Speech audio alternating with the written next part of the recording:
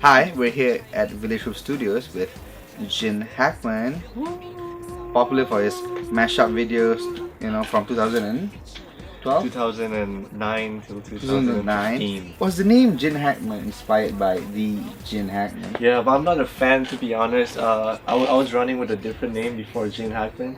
It was really stupid. I don't even want to bring it up. So anyway, I was looking for a new name to go with, and then my mentor, Words Manifest, he was back then, like MSN Messenger was still popping, like people were still using it, right? So like one day he just like he made a joke and he just called me like Jin Hackman, yo Jin Hackman. So I was like, oh, this is pretty cool. Let's use this for a while, and then like it just like Blew up? yeah, it just like stuck. Yeah. When you were, in Yeah, your yeah. younger days, Okay, did- okay. have you ever imagined of being a rapper? No, not at all. I had really weird ambitions. Like growing up, I wanted to be first. I wanted to be a magician. Then I wanted to be. I bought like the magician starter kit and all that. And then I still have it, like in my mom's place.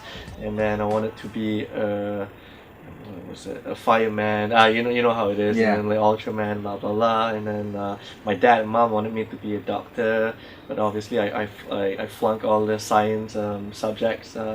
So yeah, so here I am, so making rap music. But yeah, no, I like this wasn't like a long time dream or whatever. During those times, Yeah. when you grew up, any rapper that you actually loved that influenced the way you rap, the way you write? Well, I only found rap when I was in secondary school.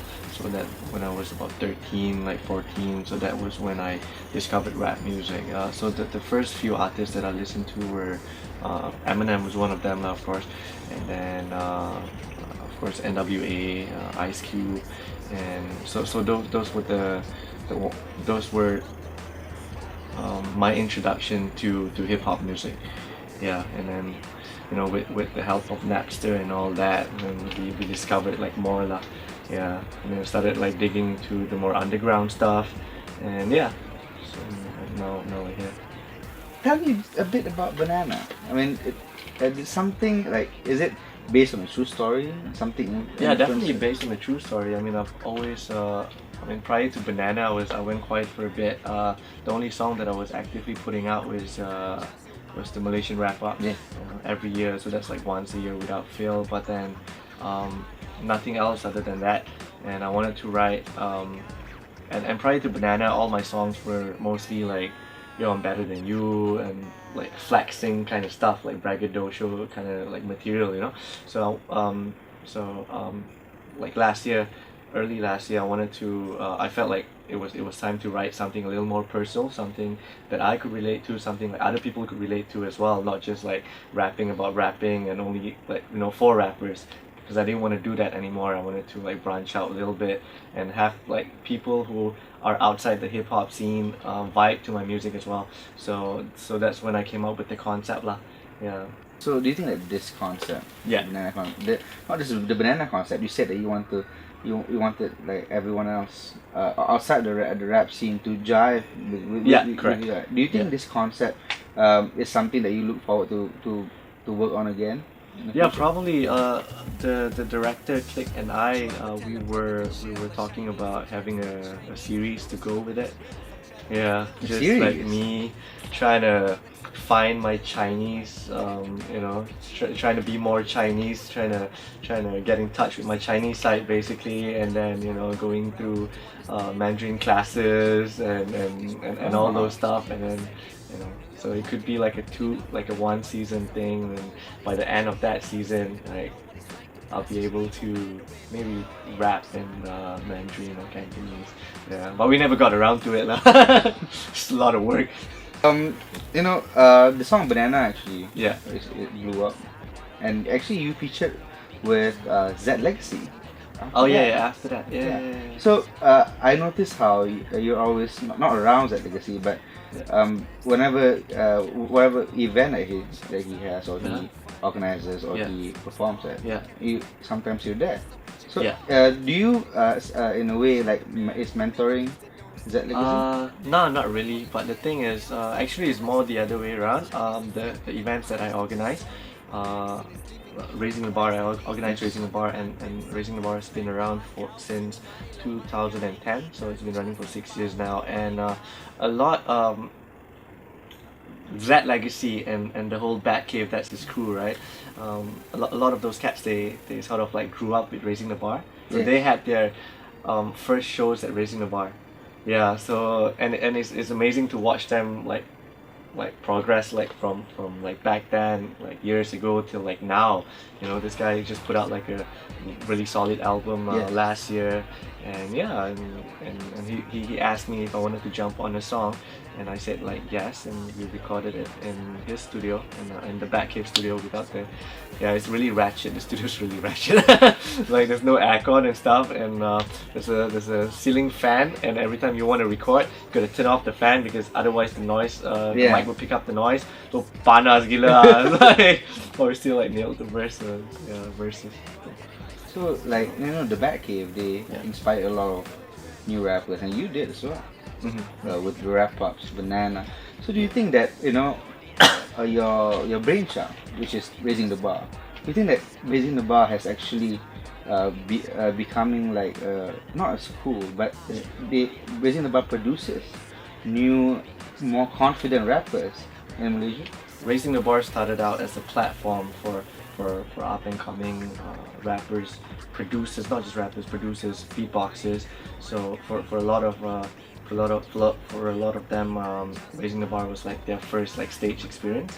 So yeah, I don't want to take all the credit, but I feel like RTB has in some way played a role in how to say, in bringing hip hop back, Malaysian hip hop. I wouldn't say back because like hip hop's been around, always been around. So, do you think that since when you brought Teh Tarik on stage, Yeah. a lot of people went crazy, and you can actually see that the young ones were crazy as well. Yeah. Yeah. Yeah. So, Yeah. what do you think about Some of them were crazy. Some of Yeah. them had no idea. Like, who are these people? Yeah, of course they know like Ultimate and all that, Yeah. but they might not be familiar with With the group. Teh Tarik Crew's discography. Yeah. If you notice, other than Raising the Bar, Yeah. there are other groups, smaller groups that endorses rappers. For instance, Hooks. Oh yeah. So, what do you think? What do you think about that? What do you think about Hooks? Hoax is amazing. Hoax is it's more of a collective of producers, rappers, designers. Yeah, and they're all really young. Yeah, there's this R&B female R&B singer. Her name is Zisha. She's only like what 18 or 19. Already has an EP out. Orang Malaya is one to watch out for also. He won the weekend, what was it, the weekend's fun? Yeah. Yeah, last year. 10,000. Yeah, and he came from a band background apparently, if I'm not mistaken, and now he's doing like R&B, and he raps as well, produces all this, like, yeah, they self-produce as well, most of them. Yeah. Yeah. And Hooks is bringing like a different style as well, so it's definitely a breath of fresh air. Yeah, they're doing something different, very like, if you know Awful Rackets Yeah. from the US, yeah, something in that vein. Yeah. Pretty cool. So Banana, yeah. Banana proved that rap can actually be on mainstream radio. Yeah, I guess, yeah. But when I wrote Banana, that wasn't in my mind at all to that wasn't the focus. I just wanted to express myself. I just wanted to write a song about my experience being a banana, and it wasn't really to get on the radio or anything like that. Yeah. Final question. Yeah.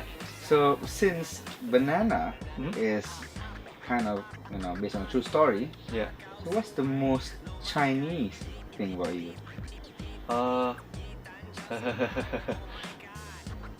I believe I can be a little stingy at times with my money, if that's a Chinese trait. Just earlier today, or just yesterday, because I owed my fiance some money, and then so I transferred it back to her. But if you do like online transfers, you can choose either Yeah. to do instant transfer or like the one that takes like a little longer. Yeah. Yeah, but then the second option obviously is a little cheaper than, Yeah. but cheaper by like 80 cents or something like that. And I chose like the second option, and my girl was so pissed. It was like, really trying to like save like a couple of cents. It was like, yeah, like the money's gonna be in tomorrow morning. So that was funny. Yeah. There you go, Jin Hackman for you. Hey, what's up? It's Jin Hackman. For more of the latest happenings on music and all that good stuff, be sure to keep it locked on Level MY. Peace!